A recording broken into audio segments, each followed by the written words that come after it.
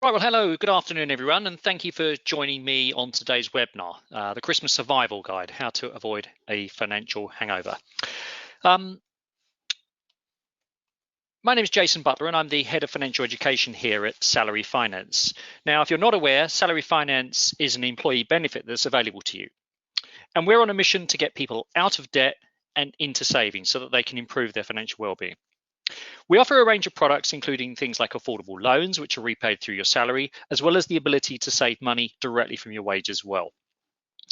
Now, today I'm going to be talking you through my version of a Christmas survival guide, where I'm just going to explain some very simple tips, ideas, and insights to help you approach the festive spending season so that you can enjoy Christmas without ending up with a financial hangover. And that's really what this is all about. I don't profess to know all the answers, and this is not going to be the most exhaustive thing. It's just to give you a few pointers and to give you some confidence and some ideas.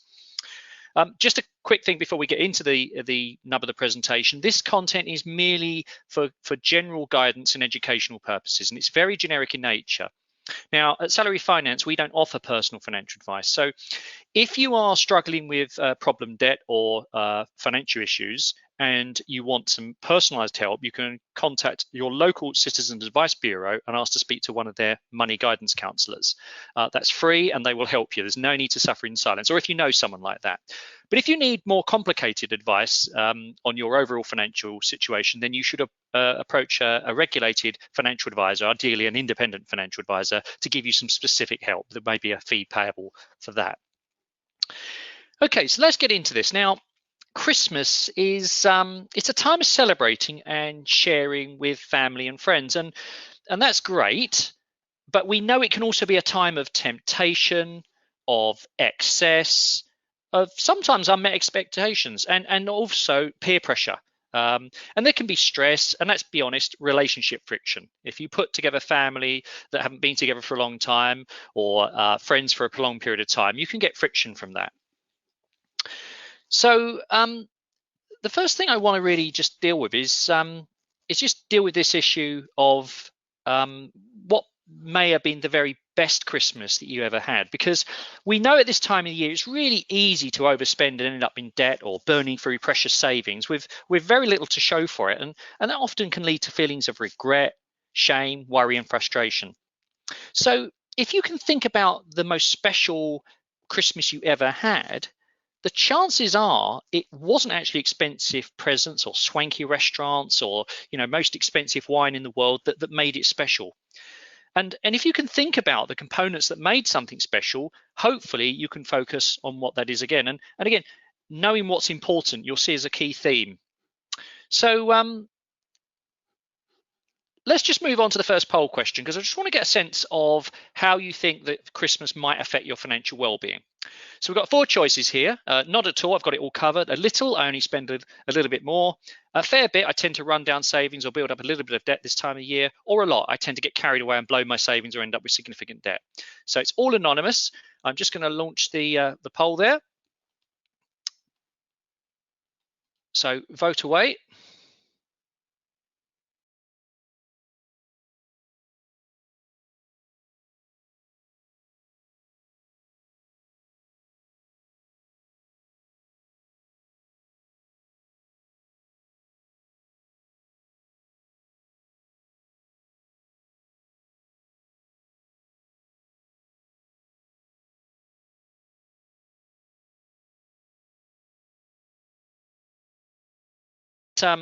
Let's go back to the issue there about what was important. So what is important to you in life? And if you can ask yourself what's important in life, and you can think about what actions can be aligned with that, it can help you make better decisions. So if what's important to your life doesn't mean you've got to go socializing with every possible person known to man, then you won't feel the need to actually have to go and socialize with lots of people. So it means different things to different people, but I don't want to get too guru here and too woo-woo, but just ask yourself those questions. All right, let's look at the 12 steps then. So let's get into some practical things. And I'm going to whiz through these. There's going to be plenty of times for questions. If you've got questions, please post them in the question box and I'll come to them at the end and I'll try and answer as many as I've got. There's no silly questions. So let's get into this. Okay, the first thing is remember that love your love and affection for someone is not measured by how much you spend. And that includes your children. That includes your partner, your parents. I know it sounds silly, but sometimes, and if you are on a budget or if you are in difficult situation financially, writing someone a poem, just think about that. Think about writing someone a poem or doing someone a picture. I know it sounds silly that you think it's the things that just kids do, but actually, if you put some time aside, if you're good at drawing, do someone a drawing. But again, this thing about writing poetry, everyone thinks they can't write poetry. It sounds silly, but it's something about poetry. It doesn't have to rhyme, but it's something that shows you've thought about someone. If you write it about them, and think about how amazing that could be for them. So how much you spend is not really a reflection of how much you love them. The second one, now, in this sort of consumer social media society, it's easy to get sucked into other people's agendas. And I think it's really important to remember that this is not a competition, and it's easy to link, status and self-worth with how much you're spending or how much you're seen to spend, or whether you've got this or the every possible type of food and drink known to man, the best entertainment and decorations. But you've got to remember, it won't be the people that you're trying to impress or keep up with who've got to pay your credit card bill or repay your overdraft. So just remember, and how other people live their life and what they choose to do has got nothing to do with what matters to you, because go back to that original thing, what's important to you is the key thing. Okay, now this second one, a bit controversial here, but it actually goes back to olden times, is that if you've got family, friends, relatives, or even colleagues visiting or getting together, ask everyone to make a contribution to the food, drink, or entertainment. It doesn't have to be all about you putting on everything, and actually people like the idea of contributing. I know many families do this, but some families have got out of the habit of it, and whatever it is you can do will make a difference. So it's a simple one, but we do sometimes forget that. Okay, now this one is a bit controversial, right? Agree low or no spending on presents. So for instance, my wife and I agree that we don't buy each other presents at Christmas, okay? What we agree is that we will go and have an experience somewhere or do something together, whether that's a short break away, or we will have an experience of some description that we both agree on that we want to do together, rather than buying each other presents. And that seems to work for us. But here's the point. You can agree amongst your friends. I've got a group of friends. We don't buy each other presents. There's just no point. We just send each other a funny message on WhatsApp or whatever. But, have the conversation with people. If you're feeling under pressure, they're probably feeling under pressure as well. Or they may be financially constrained, or they might be feeling under pressure financially. Right, that's the second poll question. I want to get you doing some work. I want to get an idea of what you think you're going to spend on Christmas over and above what you normally do. So is it less than 100, between 100 and 200, 200 to 500, or more than 500? Just to give me an idea of what you think you're going to spend. So I'm going to launch that now. Okay, let's launch. Please vote away. Let's see what you're going to get through this Christmas. Okay, I'm just about to close it. Great. Okay, so let's have a look at that then. Yeah, so actually most of you are going to spend, the vast majority are going to spend over £500. In fact, a third of you are going to spend more than £500. So I'm not sure what that number is. Now, here's the thing. The absolute number doesn't matter, okay?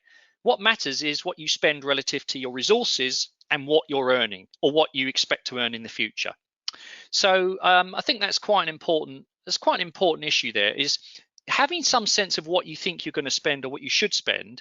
That's half the battle. So let's just move on then. So that then brings us on to the idea of step 5, which is actually working out a budget. See, one of the reasons why people get out of control with their spending is because they don't tell their money where they want it to go before they spend it. They spend it and then wonder where it went. And it's really easy, particularly at Christmas, to sort of all the small things and some of the big things to all add up. So here's the thing.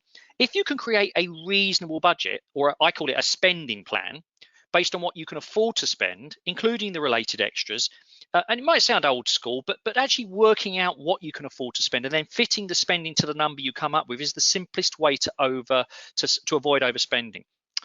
So you can download this really interesting budget tool from the Money Advice website, which is there on the screen. There are other budgets. You can just do a Google search. You'll find lots of different budgeting systems. The key is not to get too carried away, not make it too complicated or too granular, but have something where you can actually work out where it's going. It's a good discipline to do this at any time, but particularly at Christmas. So if you come up with a budget of 1,000, then that's the budget you're going to spend on your Christmas stuff. If you just think it's a vague idea, if it's 500, 600, and you've got to include in that budget the socializing. And the socializing, if you're going to go out, you're probably going to have something to eat, and then you may actually need an Uber or a taxi on the way home. So add it all up and decide how much socializing you're going to do, rather than just doing it and all hope you're going to get through it. So that's one there. Now, step 6, this one is all about being a smarter online shopper. Now, there's a system called Camel, which enables you to sort of track Amazon prices and some other sites, where essentially it will tell you what the pricing history's been of a particular product, and it will also give you alerts if those products fall in price or and amongst suppliers on the Amazon platform. So that's one well worth looking at. Not the answer to everyone's problem, but it's a smart way of buying things when you need to. And of course, we've got the sales coming up shortly. Black Friday's coming up shortly, I think. Now, this one here, this is on the Money Saving Expert website. This is called the Downshift Challenge. Now, this is about the things that you need to buy, and particularly at Christmas, obviously there's lots of things you need to buy, but it can be useful throughout the rest of the year, is about finding cheaper alternatives. Now, I'll share with you some festive cheaper alternatives a bit later on. But give you an example, ibuprofen, right? Now, quite a number of you might need that this Christmas, but there's no need to buy a brand costing £4 or £5 when you can buy a generic one from one of the major retailers costing you £1.50. Now, depending on how hard you party, you might need more or less than those. But just to give you an example, you can save £2 or £3 a pack on something which you may actually need. But the same goes for Christmas crackers and all sorts of stuff.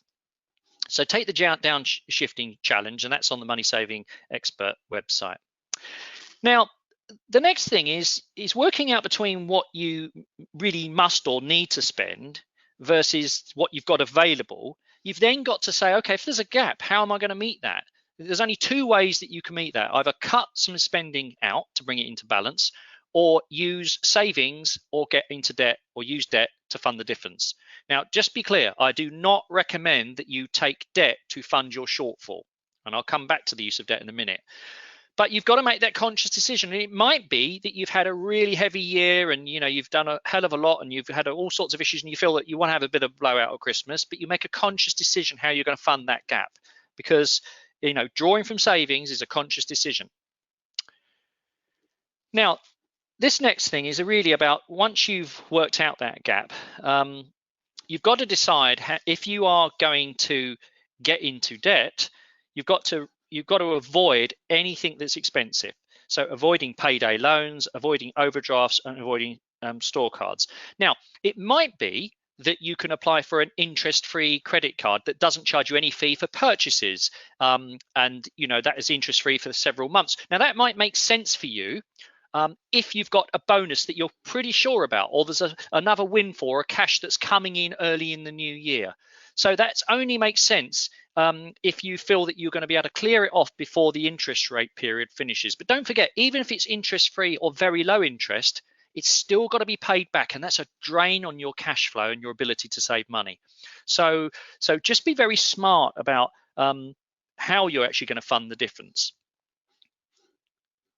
Now, this one is my favorite one, step 10. Now, step 10 is about selling off unwanted clutter. So as far as I'm concerned, there is always stuff that is there is always stuff that you can sell.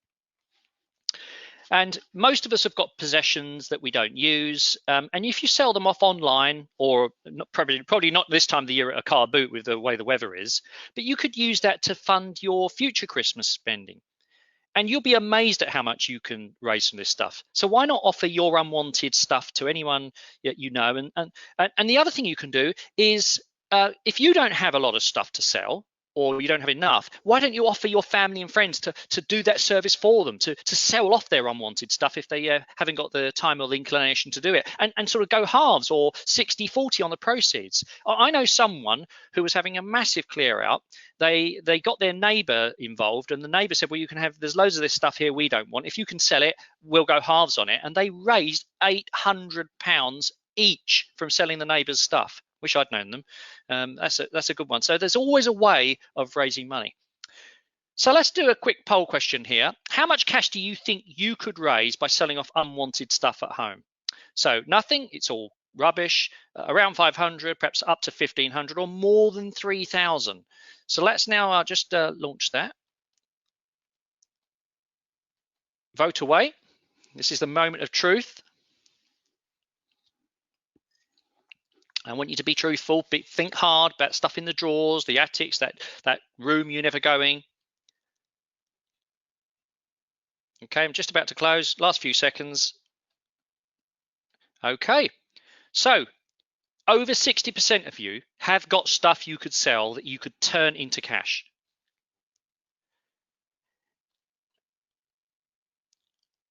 I just want to see someone's put their hand up. Hang on, oops. Sorry, someone's just asking a question there. It's all right. But Gumtree say that the average person has got £2,600 that they could sell. Sorry, someone's just asking me a question. Just got to have a look there. No, it's no problem. That's okay. Sorry, just check it. Sorry about that. Yeah, so Gumtree, who's the online sales portal, they say the average person has got £2,600 of stuff available. So most people have got stuff. And even if you haven't, go and speak to your family and friends and see if you can sell stuff for them. It's well worth doing, especially if if you don't have the money to fund your Christmas, it's worth doing.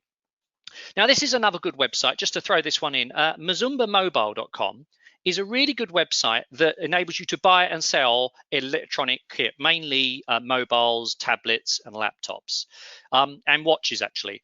And everyone has got some old phone somewhere, and you'd be surprised if you could get 25, 50, 70, 100, 200 pounds for it. That's money that you can use again.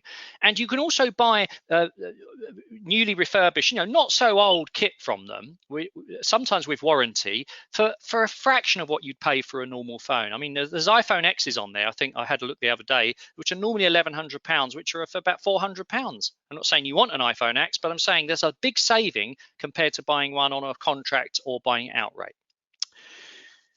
Okay. Now, step 11 is this idea that making a list. I know many of you do make lists, but make a list for everything, including presents and stuff that you need to buy. It's amazing how writing a list really makes you think through what your priorities are, and try and stick to the list. I know what it's like, you forget things, but make a list, it makes a difference. Now, step 12, be a smart borrower and saver. So if you've still got a hole in your budget, as I said before, interest-free overdrafts, if they're available from new accounts. I'm not saying that's ideal at this time of the year to mess around opening an account, but interest-free purchases on a credit card, as I said before, makes sense. But make sure that you know how to pay it off, because otherwise you're just building up debt.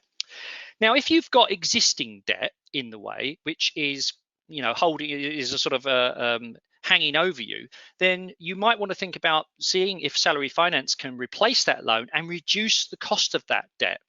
Because you might be paying off a lot of money all over the place, which is really hanging over you and stopping you feeling like you can actually enjoy life. Now, I'm not saying do not take a Salary Finance loan to fund your Christmas, but I'm saying if you've got history which is hanging over you, which is really worrying you and stopping you being able to think straight, then the chances are the cost of that borrowing will be a lot less. But more importantly, it will force you to be repaying it. So overdrafts and credit cards are what we call revolving credit.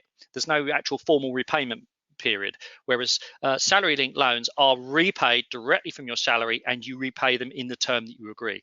So well worth looking at. Now, the thing I want to just focus on here about being a smart saver is there is a government savings scheme called the Help to Save account, and 3.3 million people qualify for that account on the basis if they are entitled to universal credit, and they only have to qualify at the time they open the account, or they're making a valid claim for working and families tax credit.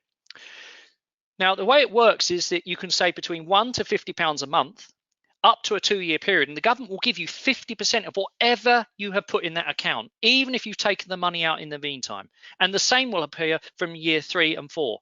So think about this. From January, you've controlled your spending, you haven't got yourself into debt, you start saving towards next year's Christmas, £50 a month, £25 a month, £40, whatever you can afford. You don't have to do it every month. But here's the thing, by next Christmas, you've got, you've built yourself up £500 or £600. You could take the money out and spend it on Christmas, and the government will still give you that £300 bonus. And you can do the same the next year, and they'll give you the bonus at the end of the term, at the end of the 2 years. So that's a no-brainer. That's like a Christmas in advance fund. So that's the Help to Save scheme. Now, if your employer doesn't offer that through Salary Finance, and not all employers do, then you can go to the Inland Revenue website, just do a Google search, and you can apply for it direct and pay for it by direct debit. But if your employer does offer it through Salary Finance, we can deduct that from your salary, exactly like loans. So then you are on the front foot. Make sense? Okay, so the 12 steps, let's just summarize those. Your love is not linked to how much you spend.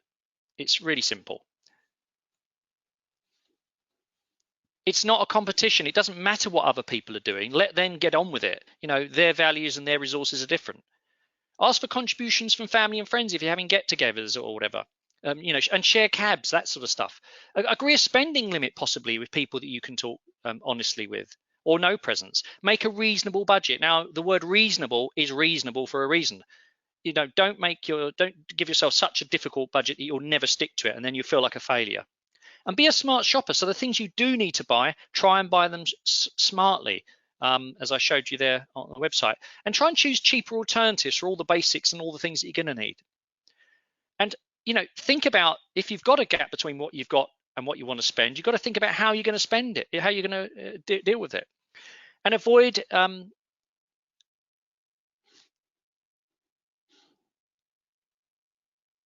sorry there, I'm just answering. Yeah. And sell unwanted clutter. Everyone's got clutter they can sell. Make a list and stick to it, and be a smart borrower and saver. Okay, so financial well-being is about securing your future, your present, by getting organized, managing existing debt, and being able to deal with a crisis by having sufficient short-term savings. And then it gives you the time to be able to set a new goal and plan for when you can't or don't want to work.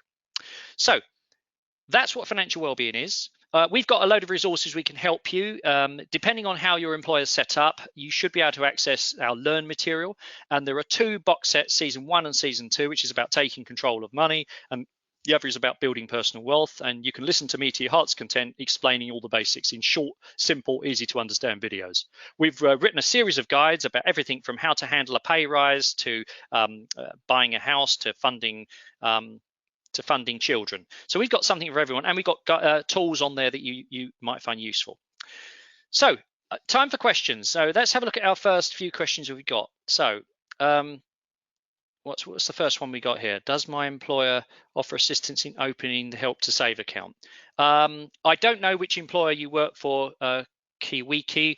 I don't know who your employer is, so I'm not sure. I can't say. But basically, if the employer makes available Help to Save via the Salary Finance platform, there is no cost to you, there is no charge, and basically they will deduct whatever you say you want to put in Help to Save. You open it via our portal, it all gets opened for you, and your employer will deduct the money and pay it across. So it's really simple, really easy for you to do. Okay, let's have a look at the next one. Right, the next one is from Carla. Sorry, going back, I didn't understand which bank we do the savings. Now the bank it's a government sponsored situation for the savings account. That's the Help to Save account. If you are entitled to universal credit or working or families tax credit at the moment, you should be able to open a Help to Save account. So that account is done via the government through the government portal. So all we do is we deduct the money and pay it across to the government for you. Okay. Great stuff. Okay, let's have a look here. Have you got any other saving tips for saving money, food and drink costs? The Christmas Eve trip to the pub has become a tradition. I'm finding I'm overspending on food and drink more than gifts. Yes, and that's Sarah. Thanks for that, Sarah. In fact, I've got a great little takeaway for you. Just hold on for a moment.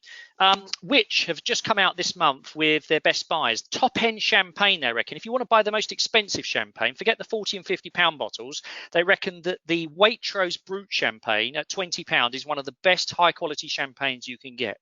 If you want some fizz that's a bit cheaper, they reckon Tesco's Prosecco Brut, it's £8 is a steal, so that's worth looking at. They reckon Marks and Spencer's mince pies at $2.25 for 6 are the best value and best tasting you can get. And Asda have got a 9-month matured Christmas pudding at £7. That's like half price for a look at it. And Marks and Spencer's have got a Tapa Rioja at £7. So there's a few little tips there for you that you could look at. So let's have a look. We've got some other questions here. How would you handle Secret Santa at work? I don't know if I want to do it. Well, just say you don't want to do it. It's as simple as that. There's no shaming. Why would you want to do something where you're buying people useless rubbish that's going to end up in landfill? You're not a humbug. You're not a boring person because you don't want to take part in the Christmas Secret Santa. Just say you don't want to do it. It says here, I hear what you're saying, but my partner often spends a lot at Christmas. How can I rein them in? Now, that's an interesting one. That's from Amelia. Well, Amelia, I think the simplest way is when you talk about anything to do with finances, when you're talking about a partner, a relationship, the most important thing is to choose the right time to speak to them. Make them feel safe and don't make them feel defensive. So I would suggest that you sit down in a measured way and really make it about the two of you making decisions about what's important, and that there needs to be some kind of limit that you can control. Let's have a look here. I've got another question here. Let's have a look. I'm running out of time, but I'll try and answer. I'll try and answer as many as I can. What's this one? Something about giving to charity. Oh, we give to charity at our Christmas lunch. Yeah, now that's a good one. We've done that for many times. That's Lucy. Thank you, Lucy. Giving to charity is important, and it's actually a very good thing to talk to children about. And my wife and I have always talked to our children at Christmas. We always get them to give a pound each to 2 separate charities which we want them to research, and we give 10 times the amount that they give from their small resources. And that's always been a very important thing, particularly also important if you are trying to rein children's expectations in for big spending at Christmas. You want to talk about people who are less fortunate than you. What's this one? There's the last one. I'm running out. Emma or Money Dashboard, which would you recommend? Well, Emma and Money Dashboard are both good systems. Money Dashboard sponsor my podcast, Real Money Stories. That's a great system, been around a long time, but they do use your data anonymously, and they sell that. They don't sell, no one knows it's you, but they do. Some people are not comfortable with that. Emma is slightly different. It's a good system, Emma. I think it's really, you try either and see which one you like. None of these systems are perfect, but also they're not going to help you if you haven't got your head right about what's important and the role of money. Okay, well, thank you for that. I just want to now finally ask you a question before you go. I've got 4 questions. I just want to see if this has been useful. Is it reasonably useful, quite useful, really useful, or excellent? Just to tell me if I'm hitting the spot, because obviously I only got 30 minutes. So I'm trying to do my best to help you. I'm going to launch that. Please launch away. Please vote away. Please be as kind as you can. Okay, I'm just about to close. Thank you. Great stuff. Good. Okay, so the vast majority of you've all got something that you can get from this. Look, thank you very much for joining us. I really appreciate you spending the time. If you've enjoyed this, please tell your human resources director, tell your family and friends, and share some of the ideas. Please, if we all share best insights and best practice, and we talk about money, then the chances are we'll all be better with money. It's a journey, not a destination. You're looking for progress, not perfection. And I wish you all the very best for the festive season. And I sincerely hope that you have a great new year.